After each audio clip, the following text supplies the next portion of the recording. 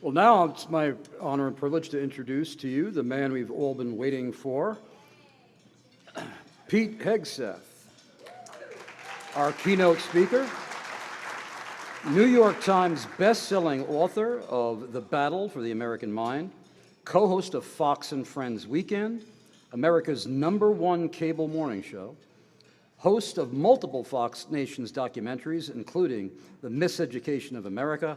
He is an Army combat veteran, proud father of 7, and more important than all of that, a recent guest on Iron Sharpens Iron Radio. Here he is, Pete Hegseth.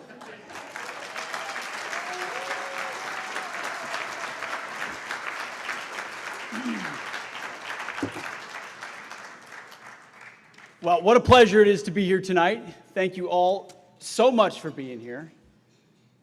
Thumbs up to you too. It's way past my bedtime. I'm still wearing makeup from 6 a.m.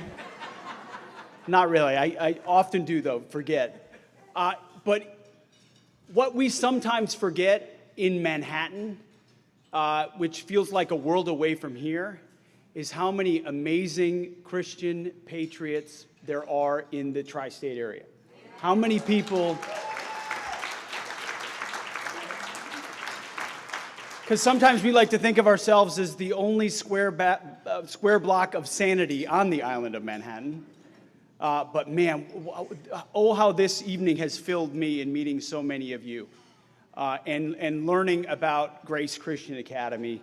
I mean, Steve Schultz, what you have done here is phenomenal. And I don't know how many people have described you as a bulldog, but they're right. But that's how things happen. Is because of leaders who are unafraid, bold, willing to speak truth. You know, the most dangerous thing in this country, in the world today, in our country today, is a Christ-centered free thinker. That's what the world fears the most. Because if you're not Christ-centered and you're a free thinker, you could pretty much go in any direction. And if you're Christ-centered, you're good to go. But man, if you're a free thinker as well, and able to see around the corners of those who would like to control our kids, our grandkids, and our country, that is precisely what those who don't believe in the basics want you to ignore. And so I also want to thank Grace Reformed Baptist Church and Pastor Robert Carson for what the church does in this component. Because I've had the chance to visit a lot of classical Christian schools across the country. And I'll talk a little bit about that. But many of them don't have the benefit of partnering with a church as well. And so many that I've seen that are thriving are those that have a strong partnership with a church. So God bless you, Pastor, and the church for what you do to support this amazing school.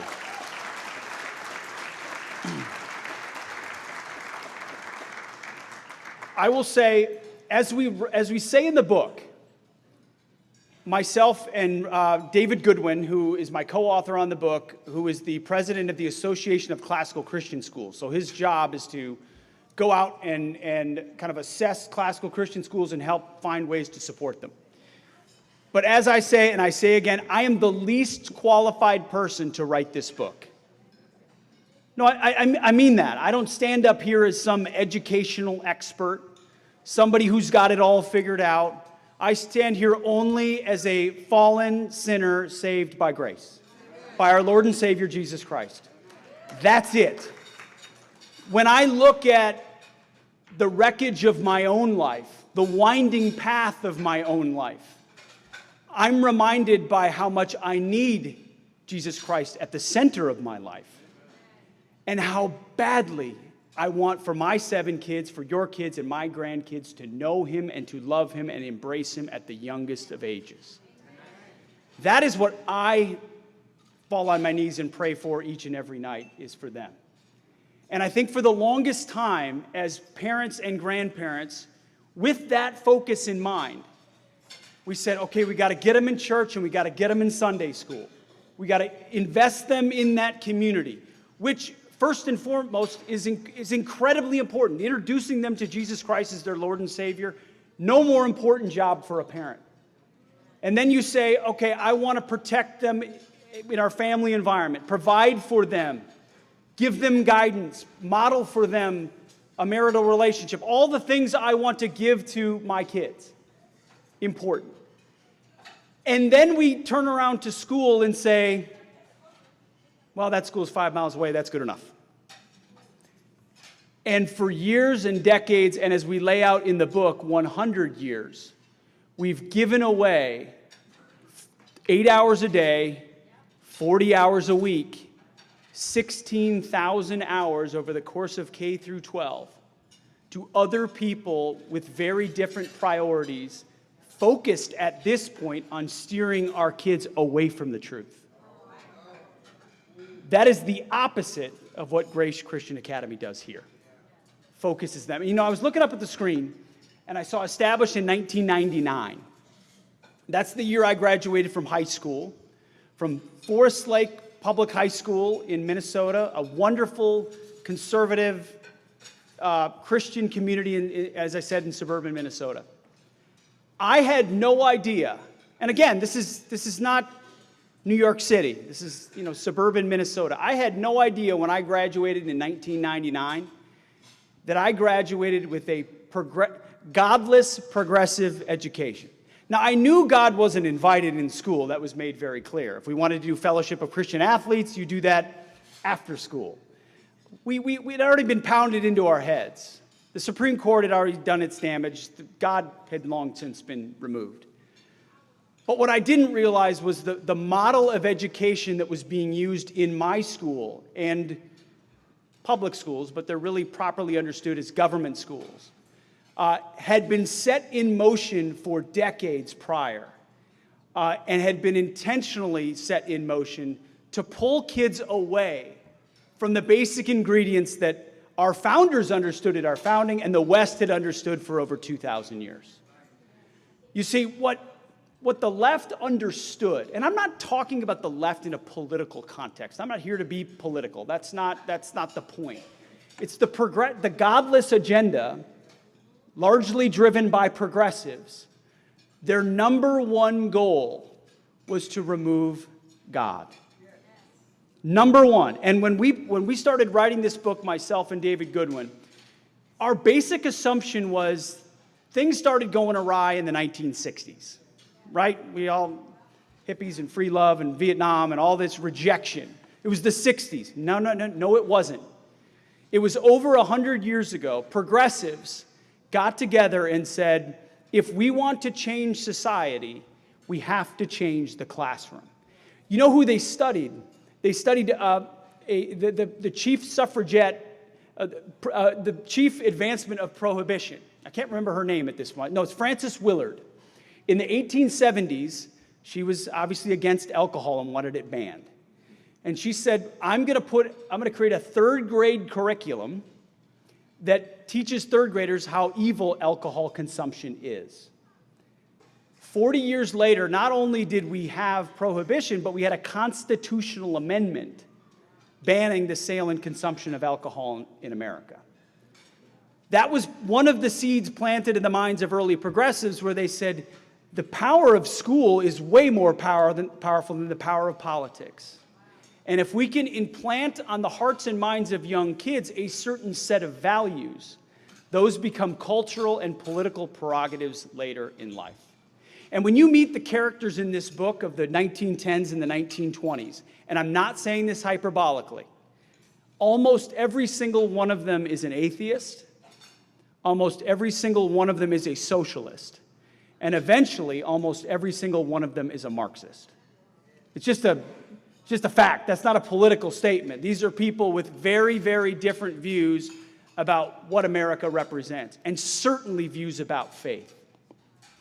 But if you were to enter into a public or government school in 1900s, in 1905, what would you encounter?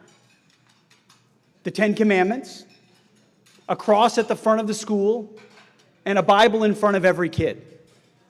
In America, where Thomas Jefferson wrote a letter to the Danbury Baptists in 1803 about the wall of separation of church and state, which has always been mischaracterized as some sort of absolute wall, what he was really saying is stopping government infringement on free expression and free exercise. That was properly understood in America until the early 20th century. Progressives knew if they wanted to advance their schemes, they had to remove the one immovable object, the understanding of biblical wisdom. And so they very intentionally said, how do we get rid of that? And we know this because they wrote openly about it in a magazine called The New Republic. John Dewey and others went back and forth with each other about if we're to remove God from education, how do we do it? And they settled on a number of different models, but one of which was called the Gary Project in Gary, Indiana, of all places. And they started a new school under that Gary plan, which said, we're going to allow God, but we're going to remove it from school into a pull-out period. And the reason was, if they had removed God completely, the cultural alarm bells of that moment would have gone off from parents. You can't do that in our schools. In God we trust. This is something we believe in.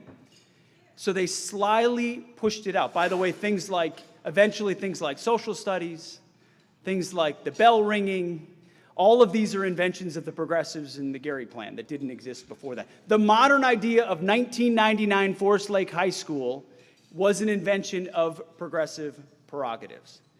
Now, of great interest to this group, where did the Gary Plan move next? To New York City. New York City in the tri-state area has always been the chief laboratory for those seeking to remove God.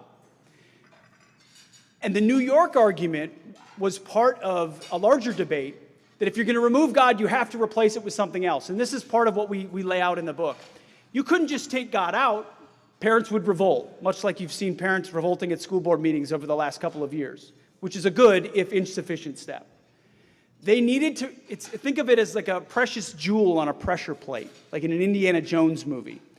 If you remove the jewel, the torpedoes or the arrows start coming at you. So while removing the jewel of God, they had to replace it with something that was a forgery, a well-placed forgery as they removed God. And they were very sleight of hand about how they did that. The forgery that they replaced the flag, the cross in the Bible with was a flag and a pledge. The flag of the United States of America and the Pledge of Allegiance, written by Francis Bellamy in 1892, which the original pledge did not include under God. Under God was added to the pledge during Eisenhower in the 1950s when we were fighting the godless communists. The original Pledge of Allegiance did not include a reference to God. It wasn't that they were replacing it with this 1776 view of American exceptionalism. It was of an allegiance to the state. And the progressives of the early 20th century looked quite reasonable when compared with the anarchists and the communists who were driving a lot of the political debate at the time. They almost looked patriotic, and they sold it as, we can't agree on all of this religious stuff, so it's more practical to use the flag and the pledge. Now, I think I've got 5 flags on my body right now, okay? I have no problem with the flag, and I have no problem with the pledge. I revere them, properly ordered, of course, as far as affections. But what they did is they used that as a tool for unity in order to push God out intentionally. And it was always intentional. Now, as history would have it, right as we were pushing God out of schools, a new line of thinking arrived from Nazi Germany. As Hitler was rising, he kicked out Marxists who were head of what was called there the Frankfurt School, who had a theory. And that Frankfurt School's theory was known as critical theory, the precursor to critical race theory and critical gender theory. And where did Max Horkheimer and others and Mercusa land when they landed in the United States? They landed at Columbia University in Manhattan. And what is Columbia University? It was then, and it remains today, sadly, the most preeminent teachers' college in America. So if you're training the teachers to be deployed out to major metropolitan areas across the country, they're probably going to Columbia University, they're meeting John Dewey, and they're meeting the Marxists of the Frankfurt School teaching them critical theory. And what is critical theory? A complete deconstruction of Western civilization, of Christianity, of capitalism. It was initially focused on class and class warfare, because that's where Marxists thought the fight would happen. Of course, as we see today, they eventually moved to race, believing that was our more vulnerable Achilles heel in this country, given our history on race. Manifest, as we've seen it in our schools, with critical race theory, inherent oppressor and oppressed, and the dividing of our kids at their youngest of ages. All of these ideas manifest from people who are fundamentally opposed to what America represented, and were seeking to tear it down from the beginning. And the other thing the progressives used, which I discovered through my work with David, he discovered and he introduced it to me through our work, was a word called paideia. You've probably never heard of it. I had never heard of it. It's an ancient Greek word that basically means the enculturation of our youngest. How you develop the affections of our youngest kids. There's no English translation for it. It's basically the education of our youngest. It is the imprint of the affections of the value of the good life. What does a fourth grader, third grader believe is good and right and true? What do they value?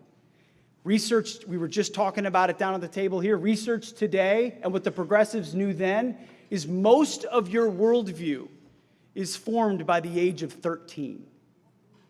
The progressives understood that it wasn't sufficient just to get them in college and then introduce them to socialism or introduce them to atheism. Their goal from the beginning was to push those concepts to the youngest of ages, to the most malleable of hearts and souls, to the point where you're telling first or second graders to identify their gender, one of 85. Because once you've taught that to a second or third or fourth or fifth grader, and that becomes their vocabulary, the waters in which they swim, they reflexively resort to that as a worldview. The progressives understood that. It's a lot easier to indoctrinate a second grader than it is to indoctrinate a sophomore in college.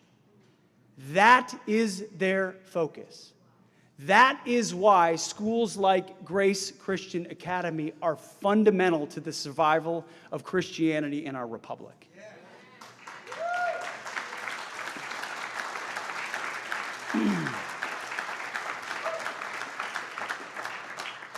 If I may, and I'll continue because the story goes on, but if I may, will the teachers at Grace and the pastors that feed into this school please stand up? If you're a teacher or a pastor that supports this school, please stand up.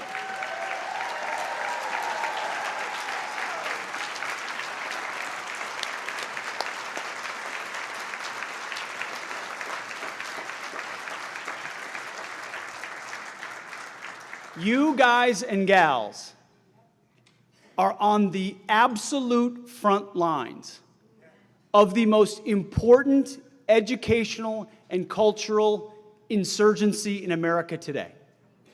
And I say that as a former instructor at the Senior Counterinsurgency Academy in Kabul, Afghanistan, as someone my job was to teach incoming units what the Taliban was doing as the insurgents and how we as counterinsurgents would fight back.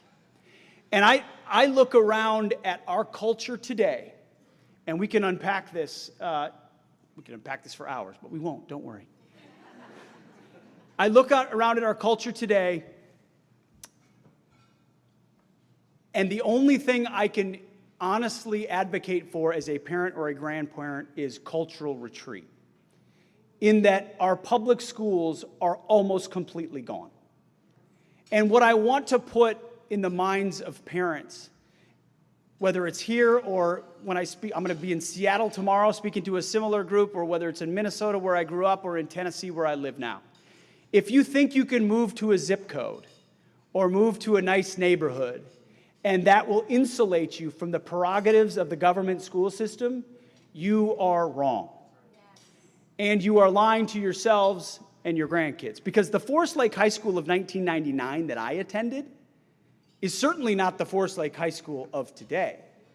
And the Forest Lake High School of 1999 in suburban Minnesota actually had some semblance of local control, which used to be the idea of how school systems worked. Now, if you study the pipeline of what the progressives, who were first atheists and socialists and then became Marxists, and now they're the teachers' unions who push Howard Zinn and an anti-American view of American history, and the unions have consolidated their power even more, and then it's Common Core, all the way to what we see today. They control what your kids teach all the way from the education department in Washington, D.C. And if you wanted to change that, I appreciate and salute your attempts. But if you've watched on Fox, you see the parents protesting at school boards. And I love it. You see these parents who are not political at all, and they get up there and say, how dare you try to transition my child without letting me know? How dare you tell that my black child is an inherently oppressed or my white child is an inherently oppressor? How dare you say you're in charge, not the parents? How dare you read drag queen story hour to my third grader? It takes courage to stand up and do that. And I salute them and I appreciate them. But I also look realistically at it and say it's almost, when you look at the complex of school boards, departments of ed, certainly the teachers' unions, teachers' colleges, it's like the Death Star of education right now.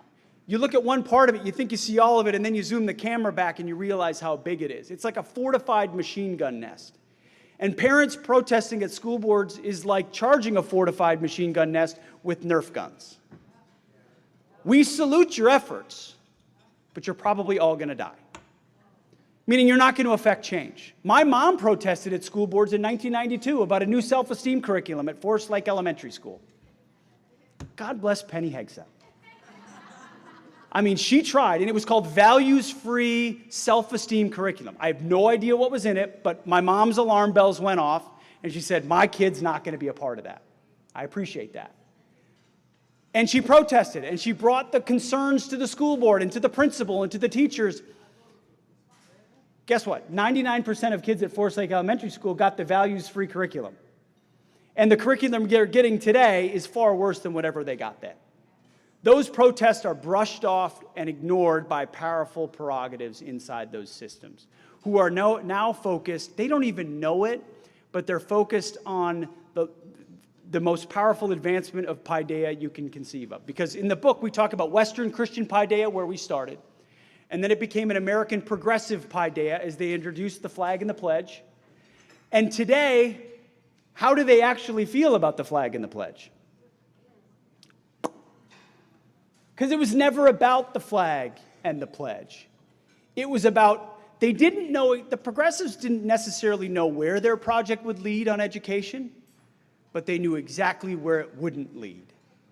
It would never lead back to God, never lead back to biblical wisdom, never lead back to parental control, never lead back to local control, never lead back to capitalism or free thought or free thinking or logic, grammar, rhetoric. Never. Always toward more control, a narrower view of the world. And so now we have what I would describe as a culturally Marxist paideia that they're advancing. And in the book, we call it the COVID-16-19 moment. That moment that during COVID, and I've talked to a lot of you about this today, and Steve, we talked about it at length. That moment where parents were stuck at home looking through a Zoom classroom saying, where did this come from? I had no idea. And you're forgiven if you had no idea, because you may have assumed, I know the teacher or the principal, or they go to a Christian school. Many Christian schools, by the way, use the same progressive model of education that the public schools and government schools do. They just sprinkle a little bit of faith on top. Same progressive view. And I'm not to indict, we didn't have our kids in all the right forms of education for quite some time. We got them into a Christian school and we just breathed a sigh of relief and said, at least God's here. But it still was a progressive form of education. When you realize what classical Christian education is, my first thought was, I'm an idiot. No, I don't know any of this stuff. And I didn't know what I didn't know. And oh, by the way, I'm not saying this to brag on myself, but I went from high school and then went to Princeton, and then I went to Harvard to get a master's, and I didn't learn any of this stuff. You can toss those away. By the way, if you're a viewer of Fox and Friends, you may have seen that I recently tore my Harvard diploma out of the degree out of the diploma, my mom was not happy. Peter, you worked so hard on that. But I pulled it out of the frame with a Sharpie and wrote return to sender. And I crossed out Harvard University and wrote critical theory university. And I mailed it back to him.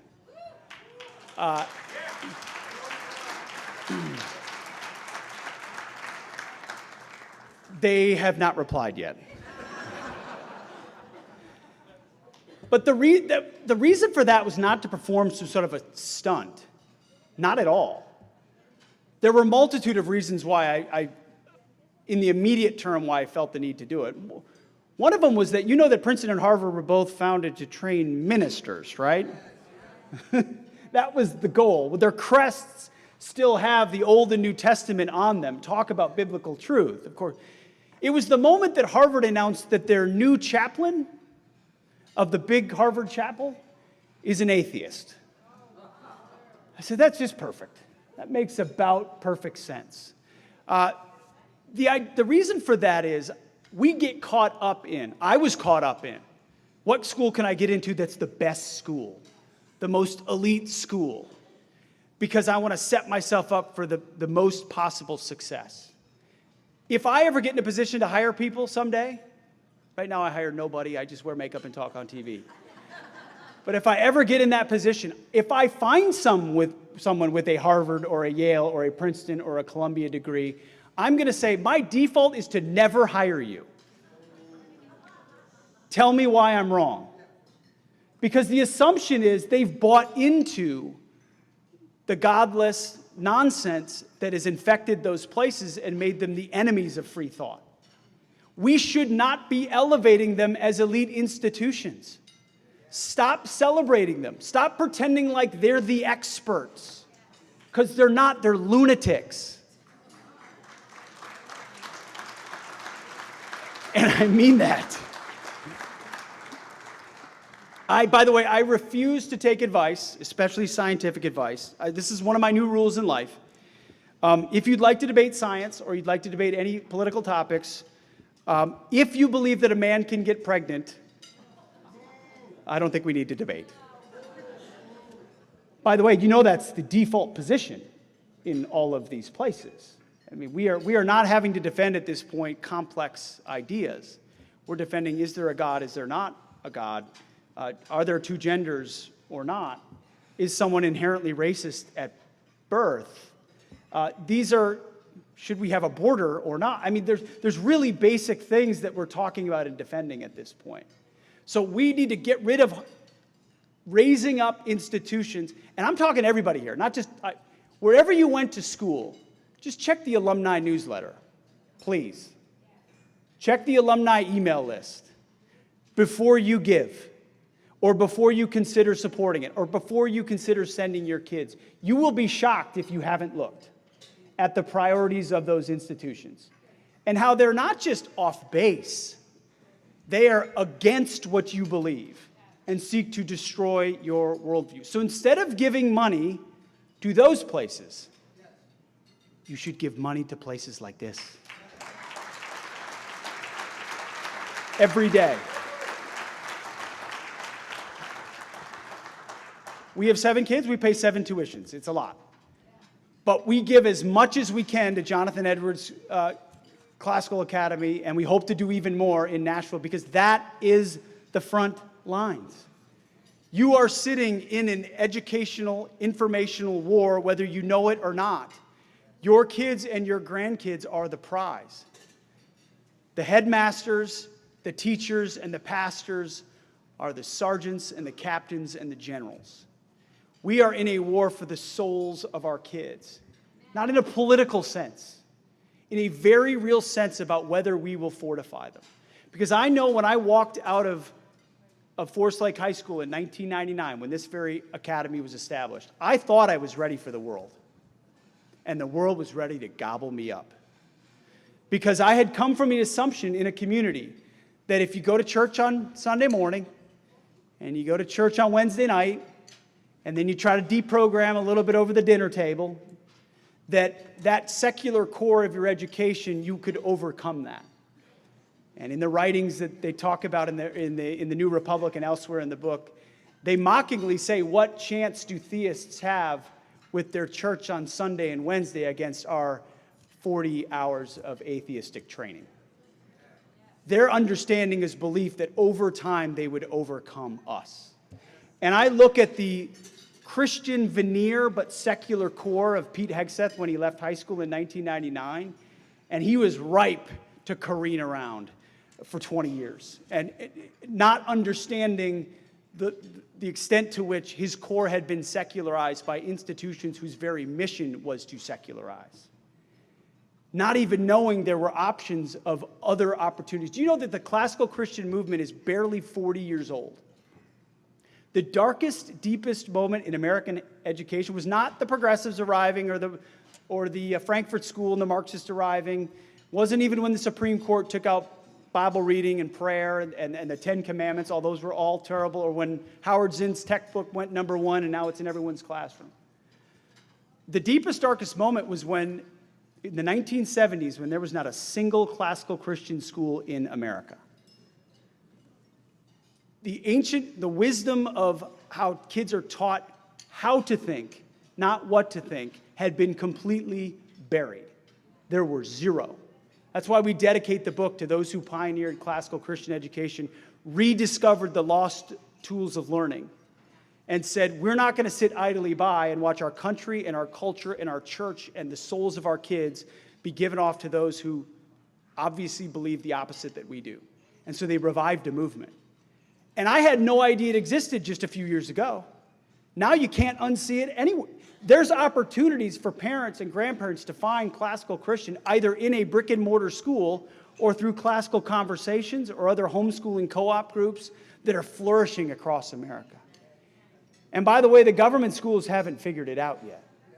And we could just be on the renaissance of empowering parents to take their tax dollars and follow them to the school of their choice.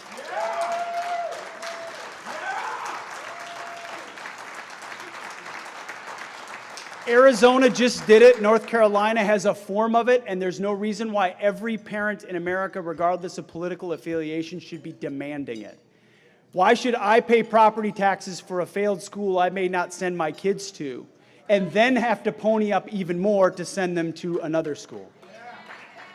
Now, the reason why a lot of people can afford, thankfully, why Steve and others have focused so directly on keeping tuition as low as possible is because he wants as many people as possible to attend. But it's also, and I'm just going to say it, it's also because of events like this, where people open up their wallets, they write a bigger check and say, I'm going to make sure they can do it for more kids in my community.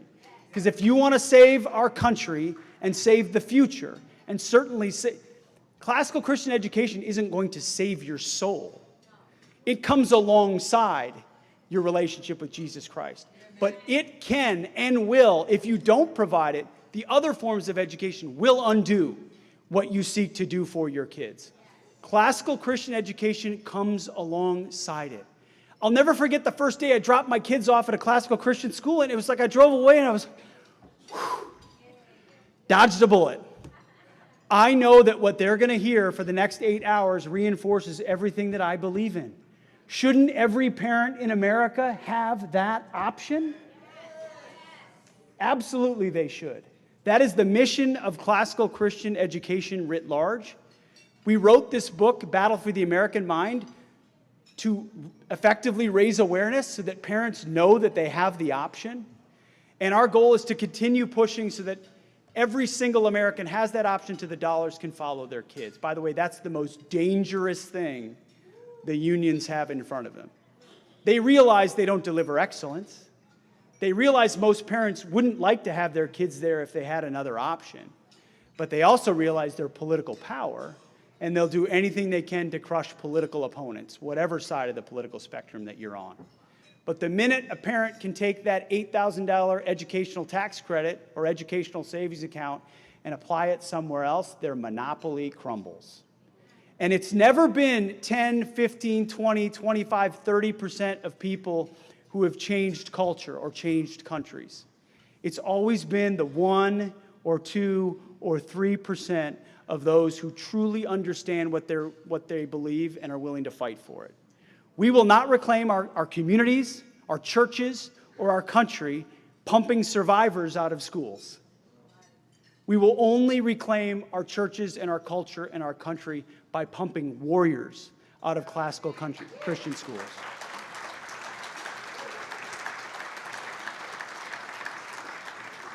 So, to the extent you have I'm not here to be the fundraiser guy, but it's the reason I'm here. It's because I believe in this mission. If you have the means and the ability, besides giving to your church and providing to those communities which are the most important, I don't think forget political candidates, forget political parties, they all lie to you anyway. Forget PACs, all that. And there's wonderful people that run for office, fine.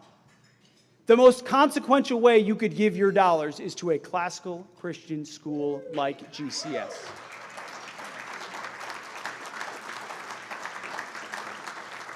I hope you do. It's an absolute honor to be here. I appreciate you supporting us in what we fight for at Fox, and God bless you and everything you've built here at Grace Pastoral Academy. Thank you.